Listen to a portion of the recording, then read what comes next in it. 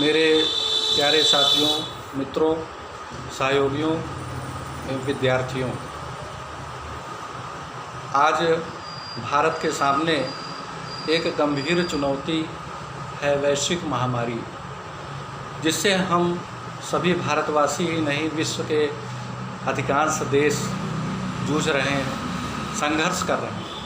और ये निश्चित रूप से हम लोगों के सामने एक संकट है। और जैसा कि हम जानते हैं कि प्रथम विश्व युद्ध, द्वितीय विश्व युद्ध के उपरांत जो एक वैश्विक आपदा आई थी, उसी तरह का यह संकट हमारे सामने आया है। और ये एक प्रकार का नया शीत युद्ध है। यह महाशक्तियों के बीच का शीत युद्ध है और इसमें विश्व महाशक्ति के रूप में चीन का प्रमुख स्थान रहा है। चीन के वुहान शहर से जो ये कोरोना नामक वायरस, जिसे कोविड-19 के नाम से जाना जाता है, इससे पूरा विश्व प्रभावित हुआ। और ये मैं आपको बताना चाहता हूँ कि नए शीत युद्ध का जो प्रारंभ है वह शुरू हो गया है।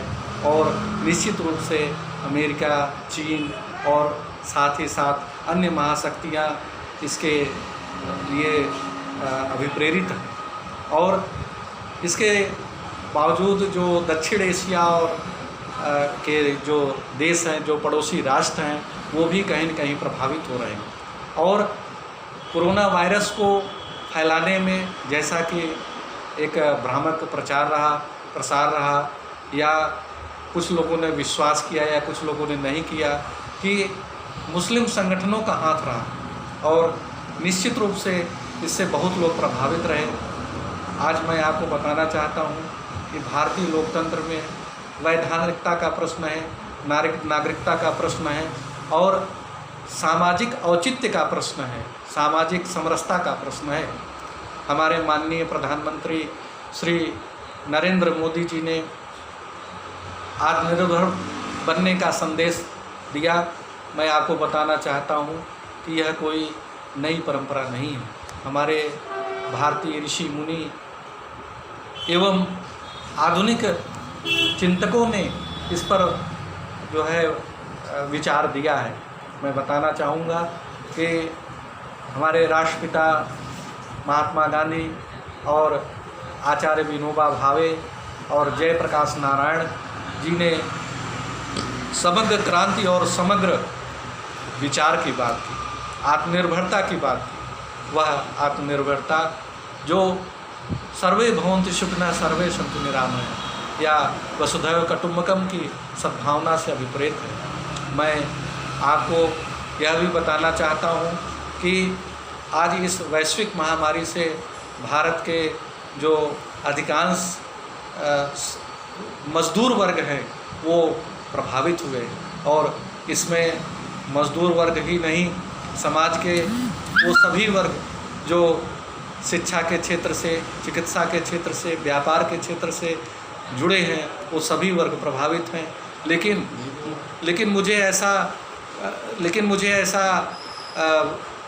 लगता है कि वह 100-200 वर्ष पहले का समय फिर आ गया, जहाँ पर मज़दूरों को क्रांति के लिए एक बार फिर सामने आना पड़ेगा और फिर कार्ल मार्क्स की पुस्तक दास कैपिटल को याद करना पड़ेगा और लेनिन की क्रांति को याद करना पड़ेगा।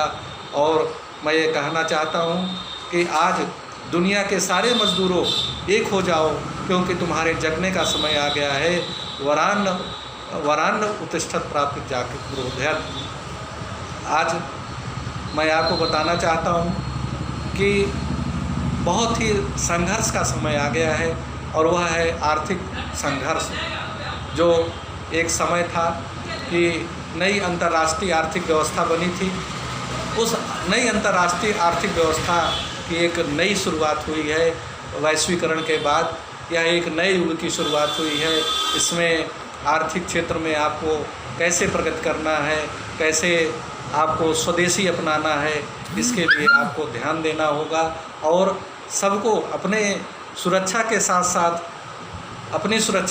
साथ दूसरों की सुरक्षा का भी ध्यान रखना पड़ेगा और सामाजिक दूरी, सोशल डिस्टेंसिंग, सैनिटाइज़र और कैसे हम अपने आप को सुरक्षित रखें और साथ ही साथ दूसरों को भी सुरक्षित रखें और एक समाज के नैतिक कर्तव्यों का पालन करते हुए आप सुरक्षित रहें और अपना कार्य करते रहें, निरंतर प्रगति करते रहें। इसके लिए मैं आपको जो है धन्यवाद देता हूँ और मैं इसके लिए आभार व्यक्त करता हूँ कि आपने मुझे सुना।